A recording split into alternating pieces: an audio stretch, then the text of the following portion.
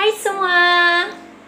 Gak kerasa ya, sekarang udah bulan Agustus nih. Kalian ngerasa gak sih beberapa teman kalian mungkin ada yang udah mulai start orientasi di kampus negeri maupun kampus swasta di Indonesia. Tapi posisi kamu masih stuck di situ aja. Worry to not. Siapa tahu rezeki kalian untuk gak keterima di PTN Indonesia menjadi rezeki kalian untuk bisa studi ke luar negeri, tepatnya di Malaysia. Sini, aku bantuin persiapin kalian untuk studi ke Malaysia.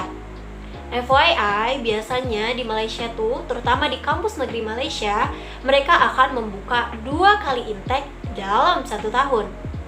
First intake biasanya di sekitar bulan Oktober, dan second intake biasanya di sekitar bulan Februari ataupun Maret. Nah, sebenarnya kalian tuh masih punya waktu 4 bulan loh untuk mempersiapkan semuanya. Bersama aku, Fetzi Virus, aku akan bantuin persiapan kalian untuk studi ke Malaysia.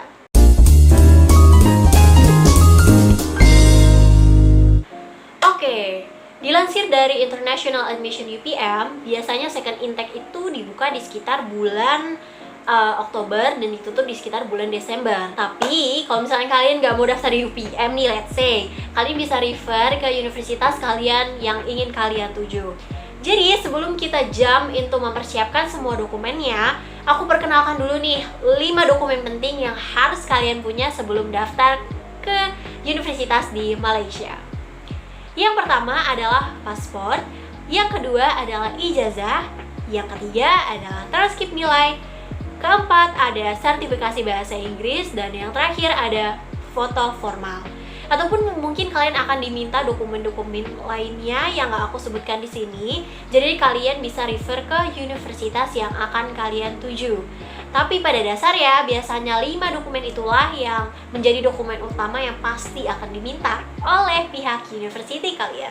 Jadi menurut aku dari semua kelima dokumen tersebut, yang paling membutuhkan waktu paling lama, paling ekstra gitu istilahnya, menurut aku adalah sertifikasi bahasa Inggris. Kenapa? Karena first of all, biasanya tiap-tiap university itu punya minimum scoring tes bahasa Inggris masing-masing. Bahkan biasanya dispesifikasi lagi nih di beberapa course atau jurusan. Jadi untuk mencapai minimum skor tes bahasa Inggris itu tidak bisa dilakukan dalam waktu 1 malam saja. Jadi kita akan buat planning ini start dari bulan ini, sekarang juga, yaitu bulan Agustus. Jadi di bulan Agustus ini, kalau menurut planning aku, itu baiknya kita fokuskan diri untuk persiapan tes bahasa Inggris. Make sure kalian sudah memiliki tujuan yang jelas, kira-kira mau ambil tes apa ya? Apakah mau ambil tes TOEFL, tes IELTS, atau tes MUET, ataupun tes lainnya. Kan banyak ya variasinya. Setelah kalian udah tahu kira-kira tes apa yang akan kalian ambil, kalian juga bisa mulai untuk membaca dan start latihan kira-kira tipe soal seperti apa sih yang akan keluar di ujian nantinya. Nah, kalau misalkan untuk jadwal belajar bahasa Inggris itu sendiri, sebenarnya itu menyesuaikan kemampuan kalian lagi. Tapi kalau saran dari aku, itu kalau dulu aku menggunakan jenis latihan 1 hari 1 jenis tes. Jadi contohnya di hari Senin aku akan fokus listening, di hari Selasa aku akan fokus reading, di hari Rabu aku akan fokus writing, dan di hari Kamis aku akan fokus speaking. Nanti di hari Jumat aku akan fokus di semua jenis tes dengan cara latihan soal di keempat jenis tes tersebut. Nah, nanti di hari Sabtu dan Minggu aku bisa menggunakan waktu ini untuk break atau istirahat dari latihan soal. Tapi aku masih menggunakan nih waktu ini dengan cara entah itu nonton film bahasa Inggris atau mungkin mendengarkan musik di dalam bahasa Inggris. Jadi di waktu break kita ini kita masih bisa mendapatkan manfaat untuk kemampuan berbahasa Inggris. Lanjut, dari bulan Agustus kita ke bulan September. Bulan September ini menurut aku waktu yang paling efektif untuk proses pembuatan paspor, dan juga jangan lupa tetap melanjutkan latihan soal bahasa Inggris.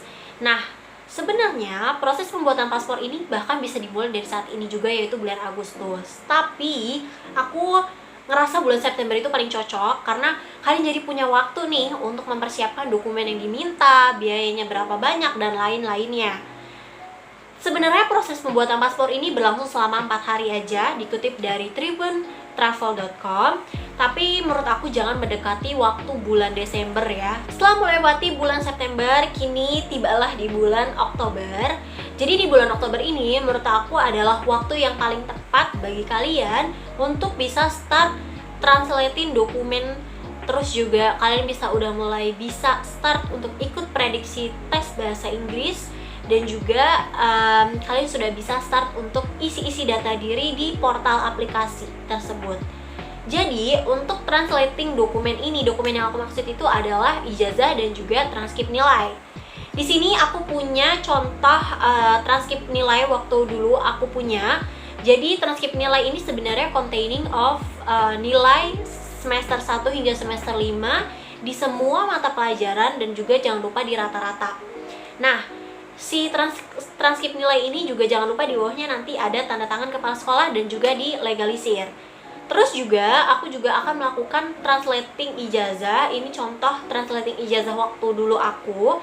Jadi untuk ijazahnya sendiri aku hanya pakai di bagian belakang ijazahnya, dimana di situ tertera hasil nilai ujian sekolah aku. Untuk translate dokumen ini sendiri sebenarnya kalian bisa langsung pergi ke penerjemah tersumpah ataupun pergi ke sekolah kalian. Pertanyaannya, apakah boleh menggunakan translate dari sekolah aja? Alhamdulillah, selama ini bahkan hingga detik ini istilahnya aku aman-aman aja sih menggunakan transkrip nilai dan juga ijazah yang ditranslate dan dilegalisir oleh sekolah.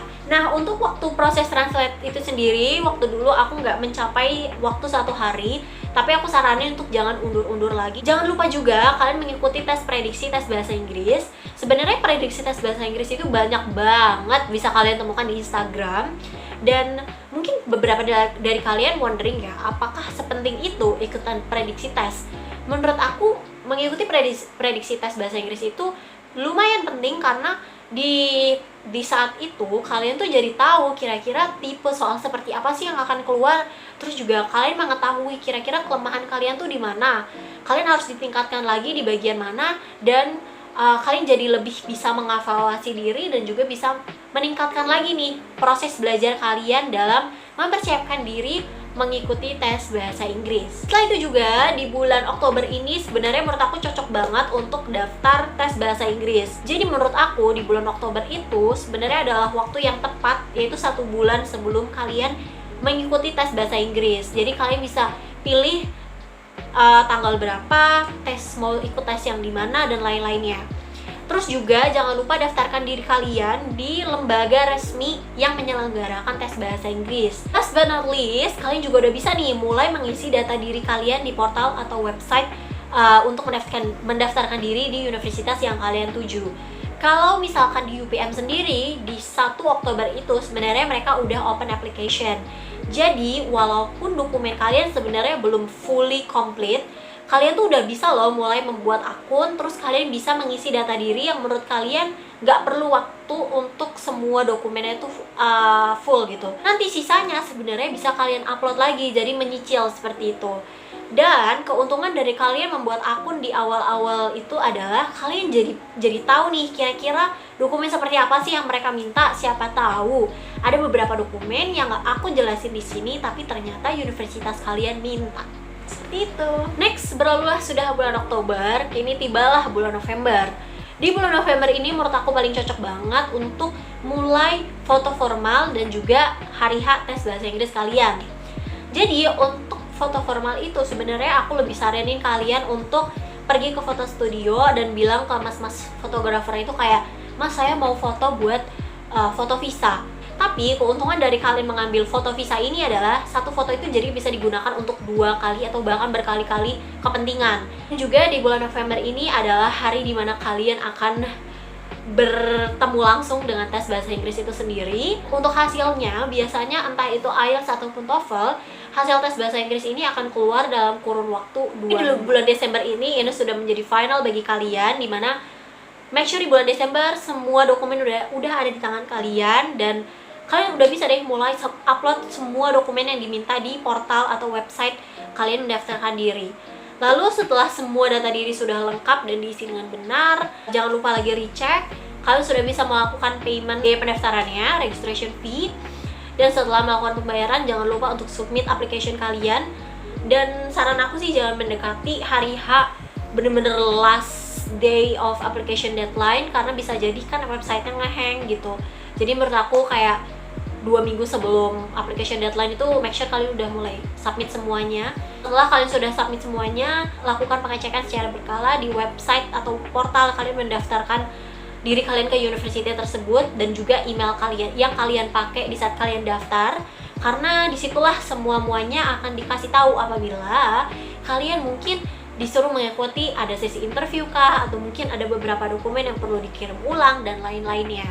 Jadi kan di bulan Desember kalian submit, biasanya kalau dulu sih aku dalam kurun waktu 1 bulan offer letter itu udah aku pegang. Di bulan Januari kalian udah ada offer letter.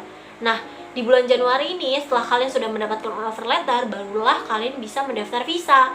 Nah, visa ini kan biasanya hingga akhir aku dapat single entry visa itu dalam kurun waktu 1 bulan.